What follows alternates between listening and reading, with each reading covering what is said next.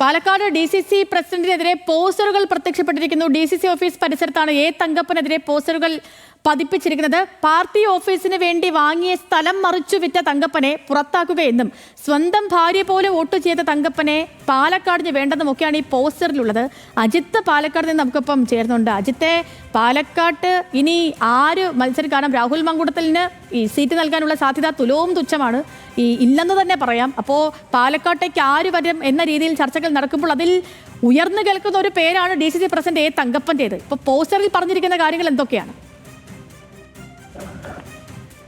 സേതുലക്ഷ്മി, അങ്ങനെ ചില വാർത്തകൾ മാത്രമാണ് പുറത്തു വന്നത്. നേരത്തെ അത്തരത്തിൽ ഒരു സ്ഥിരീകരണം നൽകുന്ന വിവരമായിരുന്നില്ല. അതിൽ ചില വാർത്തകൾ അത്തരത്തിൽ പുറത്തു വന്നിരുന്നു. ഈ തങ്കപ്പൻ മത്സരിക്കാൻ സാധ്യതയുണ്ട് എന്ന നിലയ്ക്ക് ചില വാർത്തകൾ പുറത്തു വന്നിരുന്നു.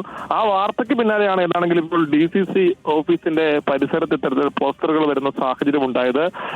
പാർട്ടി ഓഫീസിന് വേണ്ടി ഉൾപ്പെടെയുള്ള കാര്യങ്ങൾ ഉൾപ്പെടെ ചൂണ്ടിക്കാണിച്ചുകൊണ്ടും അതുപോലെ തന്നെ സ്വന്തം ഭാര്യ വോട്ട് ചെയ്യാത്ത തങ്കപ്പനെ പാലക്കാടിന് വേണ്ട എന്നുൾപ്പെടെ ചൂണ്ടിക്കാണിച്ചുകൊണ്ടാണ് ഈ പോസ്റ്ററുകൾ.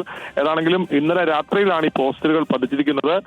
ഇത് CCTV ദൃശ്യങ്ങൾ ഉൾപ്പെടെ പരിശോധിച്ച് ചിലപ്പോൾ ആരാണെന്ന് വ്യക്തമാകും. ഏതാണെങ്കിലും നിലവിൽ ഈ കാര്യത്തിൽ രാവിലെ ഈ പോസ്റ്ററുകളുടെ ദൃശ്യം പുറത്തു വന്നതോടുകൂടി ചർച്ചകൾ കൂടുതൽ സജീവമാവുകയാണ്. ശരി, അജിത് ബാബുവാണ് വിവരങ്ങൾ നൽകിയത്.